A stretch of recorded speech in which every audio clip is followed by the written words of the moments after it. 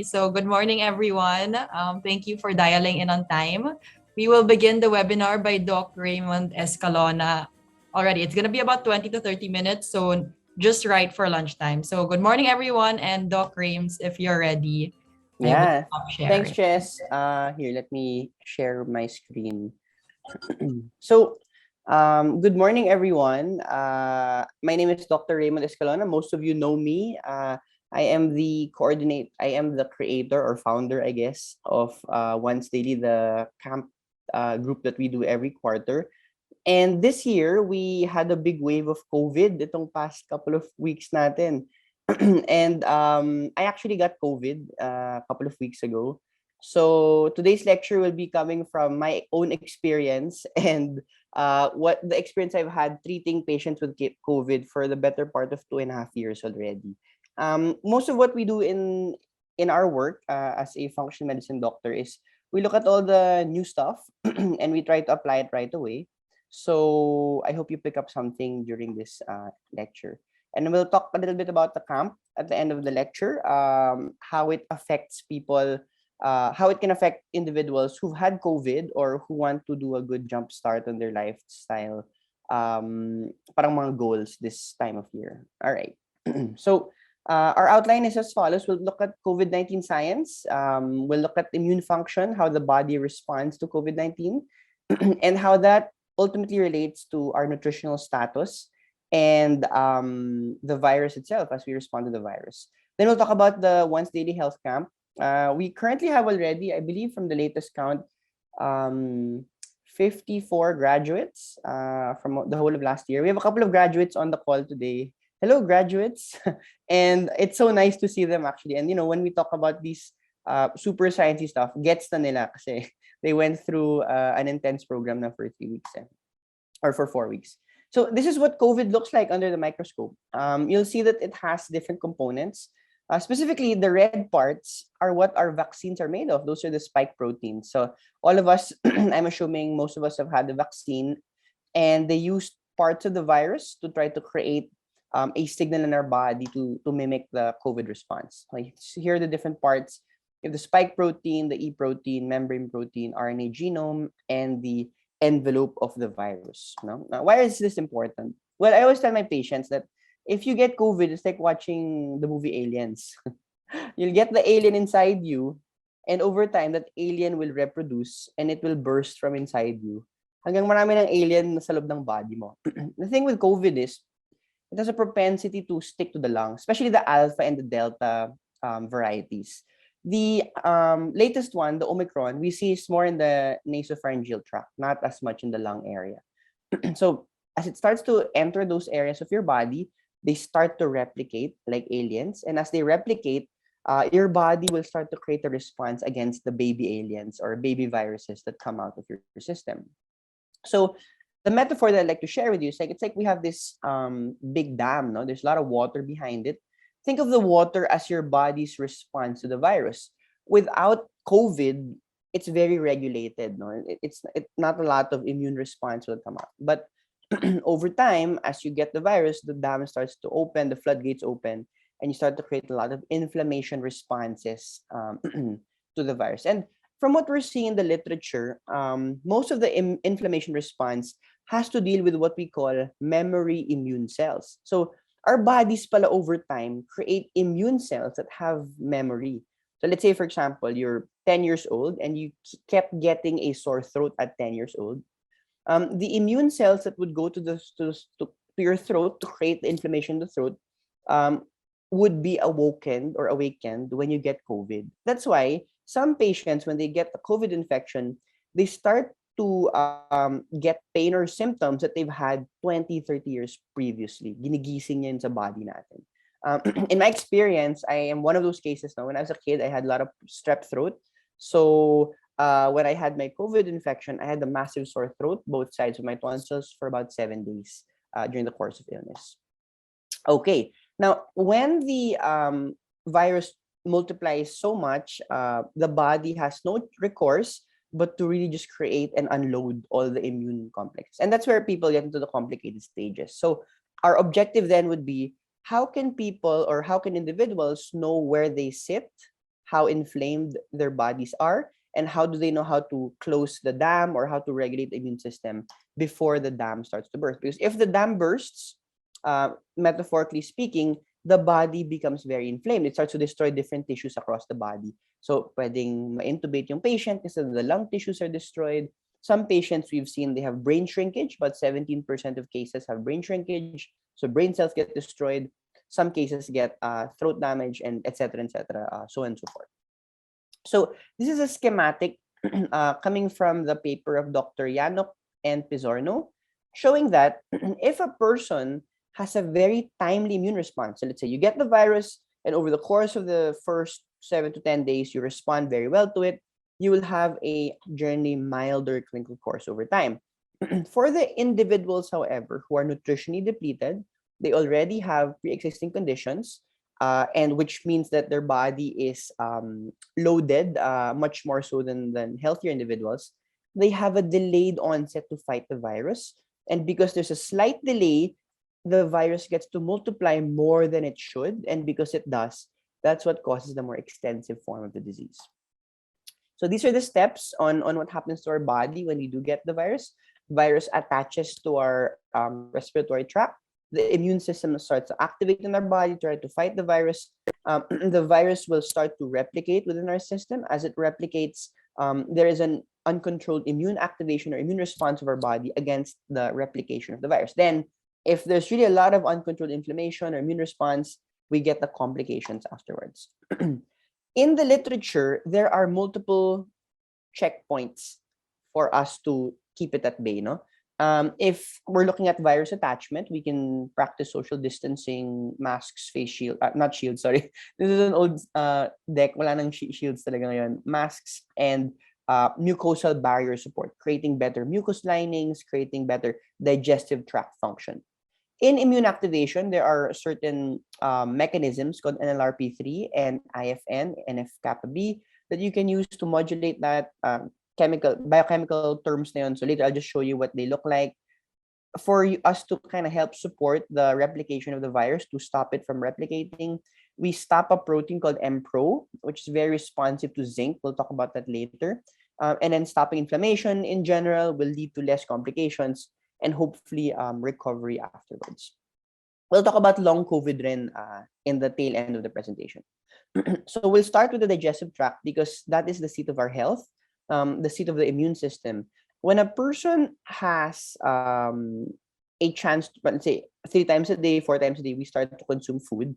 The food we consume, we chew, then we swallow, and we break down in our stomachs and in our intestines. We absorb them. In that entire process, what activates truly is our immune system. No? So 70% of the body's immune system is housed in our digestive system. So if we eat the correct food, our immune system gets to regulate much better.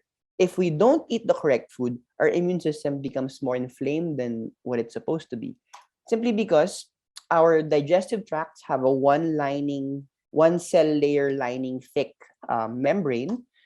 And because it's only one layer thick, what we see is that there's a lot of defense mechanisms behind that in our own body. So let's say, for example, you eat processed food, you have additives, dyes, or food coloring in processed food. Because the additives, dyes, and coloring are not deemed as food compounds for the body, what the body does is it sees it as a non-food, and you start to create inflammation against that particle. Hence the need, ultimately, for patients who are susceptible for complications to start to reduce processed food intake over a period of time, especially during waves of the pandemic. We're seeing now that the pandemic is kind of seasonal, no? There's seasons where it kind of comes up and comes down. So the nice way to think about it is, okay, when the season comes in, we have different ways to mitigate the damage so we don't get complicated stages of COVID during the seasonality of the virus. This is I guess a microscopic or a zooming in view of the digestive tract. And what you'll notice in the digestive tract is that it houses most of these purple circles underneath. Now, these are our immune tissue. They fight the virus, they eat the virus, they fight compounds. And basically what we see is that if these soldiers of our body are busy fighting other things, they can't fight the virus. right? Too many wars at the same time. So if you're fighting food coloring, food additives, the wrong oils, you're fighting infections, and then you get COVID, then you don't have enough soldiers to fight the infection at that point, or to neutralize infection, that because your attention is on the other things that you're trying to neutralize, because of the exposures beforehand. Here's another schematic diagram. Every day we get exposed to food that we eat. The food that we eat have bacteria, viruses, or fungi. The food we eat also have toxins, and we're exposed to daily stress, no, psycho-emotional stress.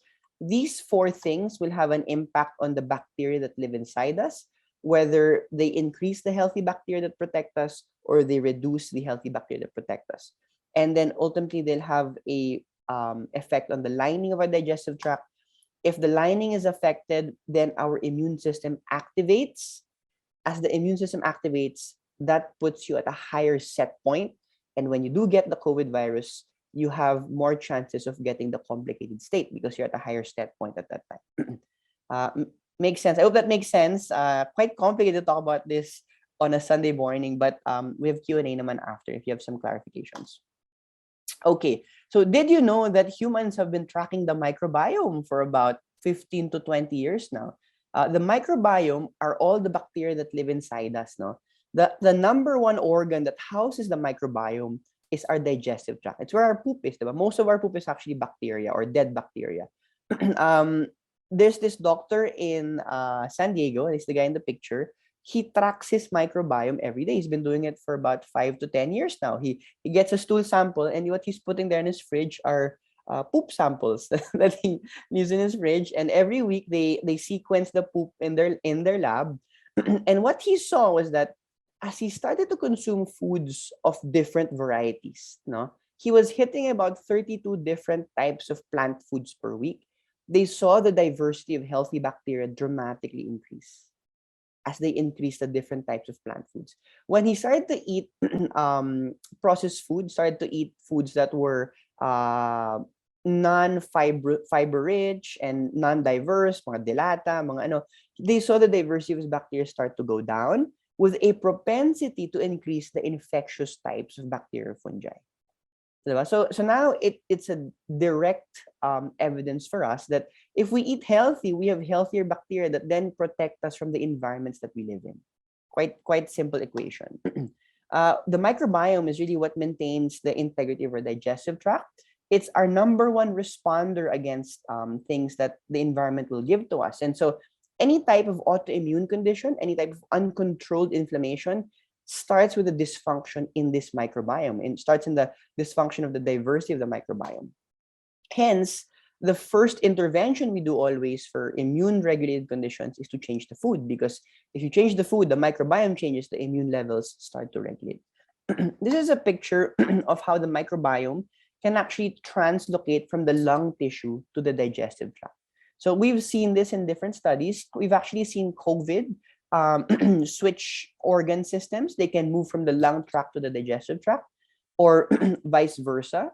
And so what we then need to understand is to protect us from the moving microbes or viruses that go throughout our body, we just have to have a pretty healthy microbiome ecosystem from the start.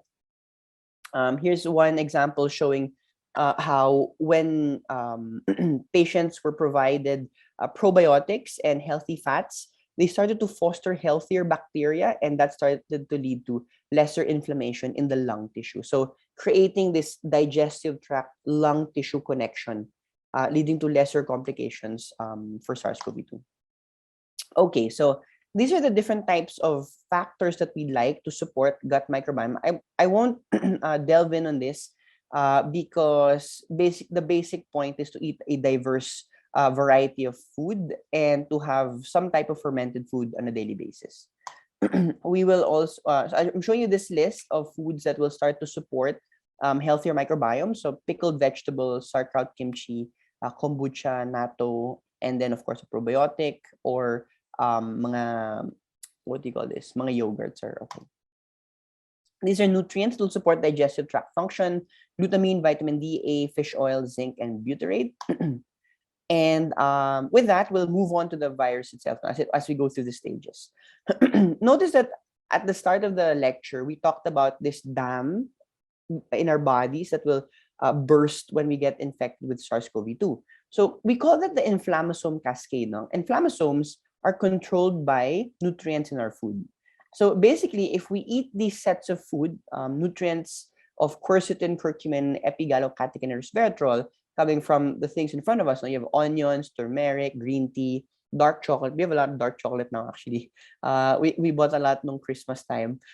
And grapes, no? These are going to start to regulate this NLRP3 activation. And as you regulate that, it's going to start to reduce the risk of complication. That's why in the recommendations for supplementation, you always see this for COVID patients. No? You have quercetin, but the dose has to be correct. It's 500 milligrams 4 times a day or 2,000 milligrams per day. Curcumin is 500 milligrams 3 times a day. EGCG or epigallocatechin is about 4 cups of green tea per day, and resveratrol is about 200 to 400 milligrams twice a day. If you take the item but at the incorrect dose, it won't give the same effect. You have to get it at the correct dose. We've seen in the studies that zinc is most effective prior to COVID-19 entry, not during. So when we then provide zinc during COVID infection, you have to give it with quercetin or EGCG or green tea, because quercetin and green tea will help bring zinc into the cells that are infected by the virus. Here are other food examples that will provide the nutrients we had listed in the previous slide. We'll skip this and go to the next type of nutrient. Did you know that herbs and mushrooms are typically antiviral in origin? Oh my gosh, I didn't know that before I researched this. So we have a lot of mushrooms in our ecosystem, and most of them will actually stimulate your immune system to fight it. Why does it happen? Why is it that way? No, simply because a mushroom is a fungus, right? It grows in the forest, and fungi in general is a bad, parang quote unquote, invader to the body. So if you take it in small amounts, the body creates a natural immune response, fighting off other fungi or other viruses. So parang it, I guess in a way, it acts like, think of it na you have a house with a security guard. Your security guard's always sleeping, and then may magnanakaw na dumaan sa tapat ng bahay mo, kumatok yung magnanakaw, and then nagising na yung security guard mo. That's what these fungi will do. It wakes up the immune system's natural ability to detect other pathogens. Here are other examples of those food categories. And these are nutrients that will start to block out virus replication, entry and replication. All right. I'll skip these and move into the next slide, which is the stopping the destruction of tissue. We all know that once SARS-CoV-2 hits us, it starts to create this wave of inflammation. It will start to destroy natural tissue, and we call it a COVID-19 cytokine storm. It's just a cascade of different molecules that will create inflammation. And what we really need to do to control it is to control this signal called NF-kappa B. NF-kappa B is this signaler body that just produces inflammation, and it starts to feed forward over time. And what we know is that if we consume these nutrients, whether from food form or from supplementation form, they will actually start to modulate NF-kappa B. So you'll notice that most of the nutrients are antioxidant in nature. Vitamin A, C, D. D is an immune regulator. Glutathione is an antioxidant. Melatonin is an immune regulator. And zinc, we discussed before, it's an immune regulator as well. The food items in front of you are listed from highest to lowest. You can take a picture if you want, no problem with that. Listed from highest to lowest, but the key is really to get a diverse set on a daily basis. Do you have some type of vitamin A food, some type of vitamin C food, D food, glutathione? And notice that most of the foods don't have, or all the foods don't have any processed food on the list. There's no fast food here. There's no packaged foods, none of that. It's all whole foods. It's all coming from the fresh food section of our groceries. Stress will lead to higher inflammation. And breathing meditation techniques will help with stress management. When we do these types of activities, especially exercise, we do notice a better viral immune defense. We notice better baseline inflammation levels and reduced stress and better recovery time. Okay. Um, this is just a slide showing how when we lack sleep, we will need about 1 to 2 good nights sleep to recover just one night's poor sleep.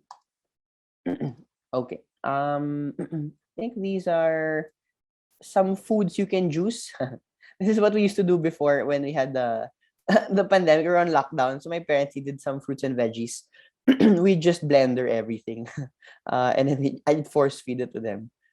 Okay, so we went through the steps for SARS-CoV-2, but I do want to show that apart from the food lists, there are nutrient categories. You can get this paper online. It's free to get. It's the paper entitled "Supporting a Phased Immunophysiologic Approach to COVID-19 from Prevention to Recovery." And basically, this is the set that we give, no?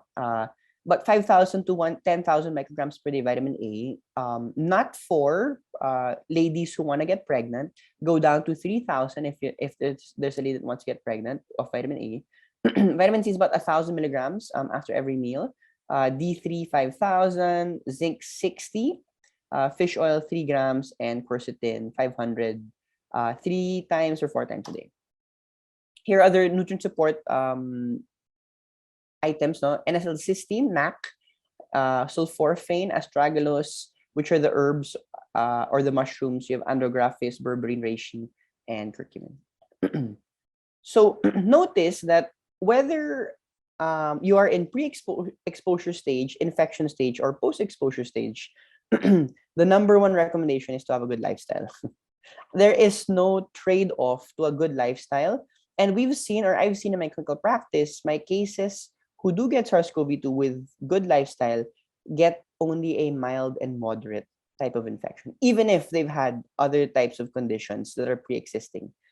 So it makes us wonder, why a lot of the recommendations today are just for vaccination or just for medication. Because if lifestyle is as important or has a much wider effect, then there has to be a lot of education around this. That's why actually we built the Once Daily Camp, simply because there's no one focusing on this side of treatment for most patients. Long COVID is a condition where you still have symptoms 12 weeks post-COVID. I, sad to say, have long COVID. So I get so tired after each call. I've limited my consult was to 3 a day. And yeah, I just get winded. I thought that I wouldn't get it, but what I've been noticing is that as soon as I do a call, like right now, my heart rate starts to elevate. I've seen it go all the way up to 140, 130 on basic calls, not even stressful. So there was a recent article that I read yesterday that said that there are micro damage to the respiratory tract, especially if you get alpha or delta COVID infection. But the number one recommendation for long COVID is still to do personalized rehabilitation. To start to do light aerobic workouts, breathing, to start to build muscle tissue, to sweat out the stored complexes until the tissues themselves start to repair over time.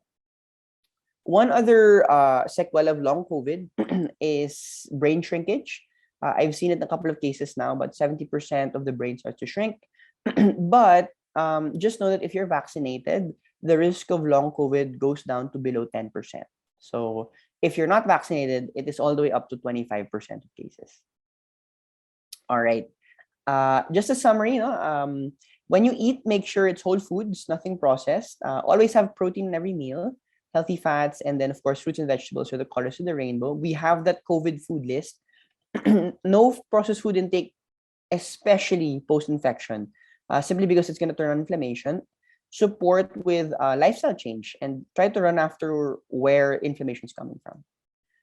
This is where I segue, still end of the lecture. I think I have 6 minutes to share the camp, because this is actually the best way to set a good lifestyle practice before COVID, during, or after COVID. Our camp is a 28-day camp. A lot of the graduates here know and experience what we do in the camp. But basically, it's super guided lifestyle change program. We're a team of 8. We're all healthcare professionals with 4 functional medicine doctors that kind of guide you through the 4 weeks. And we have a nutritionist. Her name's Ayer. I think Ayer's on the call. We have a yoga instructor. We have a coach, and we have Cheska who runs everything on the back end. Our schedules are Mondays and Fridays, just 1 hour of your time. And on other days, we have set schedules where you can sign up for yoga, workouts, or whatnot. But basically, the idea of once daily is to try to develop habits for individuals, to make the habits so health changing that they'll stick with you over time. We do believe that based on the success of the camps last year, these are some examples of the food that people start to produce. That this camp is a game changer for a lot of families. It's actually been so successful that we've been invited to present the results of this camp in the US in June as part of a big conference for functional medicine. But we might decline because we want to get more data, so we might do it next year instead. If you have young kids in the household, they can join kids yoga, which is scheduled every Monday and Wednesday. Depends on Teacher Nick when this batch will schedule those classes. And just notice that each week has a different theme. Week 1 will be nutrition. Week 2 will be stress management and sleep. Week 3 will be workouts. And week 4 will be graduation and wrapping up. The focus is to get you back on track and to teach you basic life skills for nutrition, rest and relaxation, movement, and purpose through the help of all our practitioners. These are some example data that we collect over the camp. These are example data sheets for the frequency of how much individuals do healthy practices. So how many hours they sleep, how much they move. Notice that initially this was the result, but after the camp, we increased results all the way up to from 50 to 100% across the board with the frequency of the behaviors. Most important are the changes in symptoms for individuals who do the camp. We've seen the most change with weight, with about a 17.5 average weight loss per family, about 5 to 6 pounds per individual. We've seen changes as well in digestive symptoms from GERD symptoms, gas, bloating, and a couple of our patients have been able to reduce chronic medication intake because of the healthy lifestyles. Okay, and with that, I'll just jump to the last slide. Notice this child looking on the right side. The right side of the photo is the unhealthy side of our environment. Just know that our bodies will always respond to the environment that we live in. So if we surround ourselves with adversity, as it's called on the slide, pollution, processed food, too much carbohydrates, not enough social connection, not enough happiness or joy, we will start to express different symptoms over time because our body will adapt to those inputs. If we bring the child to the left side of the photo with clean air, food, water, good social connection, we do see a switch in the expression of the body toward a healthier type of I guess experience. Therefore, leading to ultimately lower risk of complication, not just for SARS-CoV-2, but most all other chronic illnesses that we can get. And with that, I'd like to invite everyone on the call, as well as your relatives, friends, if you want to join the camp. Signups are still up. We'll start it in 2 weeks. We're still thinking about if we delay it because of the past COVID surge. We'll do a survey for the ones who had signed up, but if there's no delay, it'll start on Feb 7. It'll be next week. Tama ba, Chess? We're on Feb 7. Yeah, in a week's time. Yeah. So, questions, floor is open if you have anything that you want to ask. Thanks, everyone. Happy Sunday. Thanks, Doc Raymond. If any of you guys have questions, may it be about COVID or the camp or any lifestyle, I guess, things that are boggling your mind, you can ask Doc Raymond on the call. As he mentioned that there is not one body focusing on these interventions. So this is why we built the camp based on all the literature and studies coming up. So if you guys are interested and you have questions, you can just ask Doc Raymond now. Yeah. We'll give about 5 minutes siguro Q&A. Mhm. Tapos we can go on lunch break na for Yeah. everyone. If there are no questions and you just want to know more about the camp, you can always email us also. You can put your email in the chat box so at least we know who to send the summary of the camp to those who are interested. Okay. I think we're good. People are... I Yeah. think someone's done. SJ, ask for me na lang. Okay.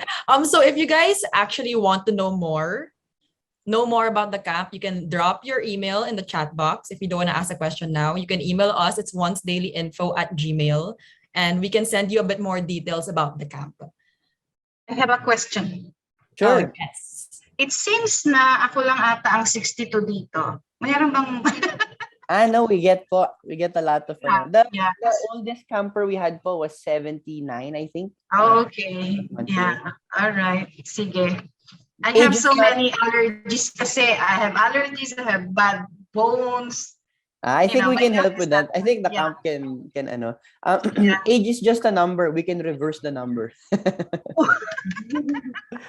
Okay. Yeah. So the camp is open to any age. Like we've had from 21 to like 70 plus. So don't worry, don't be shy to join. We have a big community. Some of them are here and some of them are sharing their support for the camp. So don't worry if you are hesitant to join. To the ones who place their email, we'll email you the summary of the camp. If there are more, you can always message us on Instagram since we're also there. Okay. Okay. All So with right. that, Doc Raymond, No, just keep healthy, everyone. We'll see you in the camp. Have a good Sunday, and you know where to reach us if you have some questions pa.